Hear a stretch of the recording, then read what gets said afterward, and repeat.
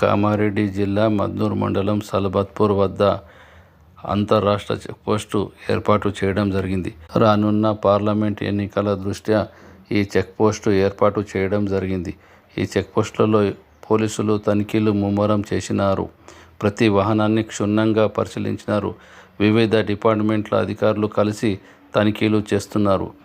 SI Srikanth ఆధ్వర్యంలో ప్రతి వాహనాన్ని తనిఖీలు చేసినారు.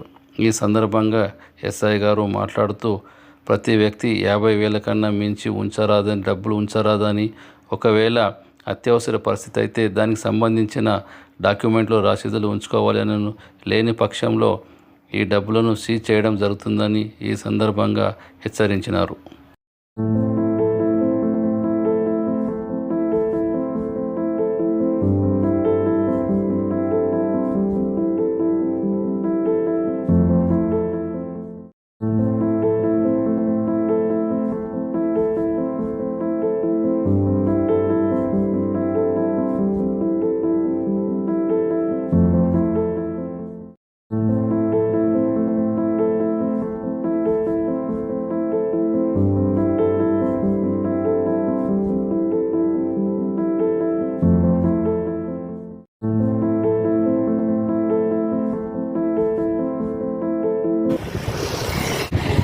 సలబత్పూర్లో చెక్ పోస్ట్ ఏర్పాటు జరిగింది.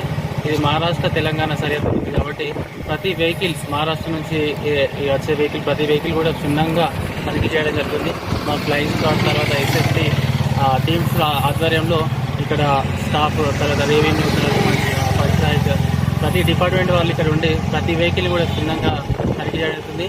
ప్రజలకు చెప్పేది ఒకటే, ప్రతి ఒక్కరు కూడా ఈ ఎలక్షన్ నేపథ్యంలో ఎలక్షన్ కోడ్ అయిపోయేంత వరకు కూడా 50,000కు మించి ఎట్టి పరిస్థితుల్లో క్యాష్ క్యారీ చేయొద్దని మనవి చేసుకుంటున్నాను.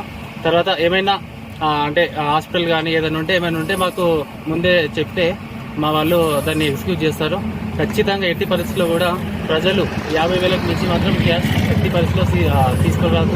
అలాగే నిషేధిత వస్తువులు ఏవైతే ఉన్నాయో అవి ఎట్టి పరిస్థితుల్లో క్యారీ చేయరాదు.